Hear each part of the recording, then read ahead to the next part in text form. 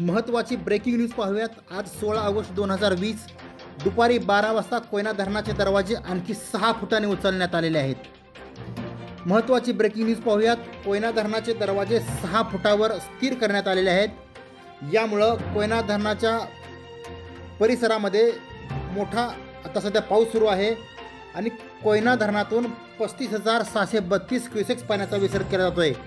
सध्या 90.82 TMC इतका पाणीसाठा सध्या कोयना धरणात आहे। यामुळे पाटण, कराड आणि सांगली शहरासाठी अलर्ट जाहीर करण्यात आलेला आहे। महत्त्वाची बातमी, कोयना धरणाचे दरवाजे 6 फुटांनी उचलल्यामुळे 35,632 क्युसेक्स पाण्याचा विसर्ग हा कोयना नदीपात्रात केला जातोय। आत्ताची सर्वात मोठी ब्रेकिंग न्यूज पाहूयात, ती म्हणजे कोयना धरणाचे दरवाजे सध्या 6 फुटांनी उचलण्यात आलेले आहेत। यामुळे कोयना नदीच्या पात्रात 35,632 क्युसेक्स पाण्याचा विसर्ग केला जातोय। दुपारी 3 वाजता हा विसर्ग आणखी वाढण्याची शक्यता आहे, असं मत कोयना धरणाचे व्यवस्थापक कुमार पाटील यांनी दिलेले आहे।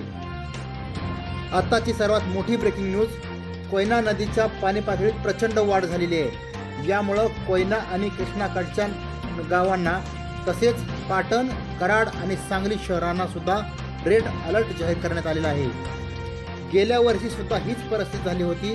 4 ऑगस्ट ते 10 ऑगस्ट या दरम्यान झालेल्या मुसळधार पावसामुळे कोयना धरणाच्या पाणी पातळीत वाढ झाल्यामुळं पाणी सोडलं आणि त्यामुळं कराड आणि सांगली शहरामध्ये याचं पाणी घुसलं होतं। सध्या पावसाचा जोर, कोयना धरण पाणलोट क्षेत्रात जोरदार पाऊस सुरू आहे। यामुळं जेवढी आवक होते तेवढा विसर्ग करण्याचा निर्णय हा कोयना धरण व्यवस्थापन केलेला आहे।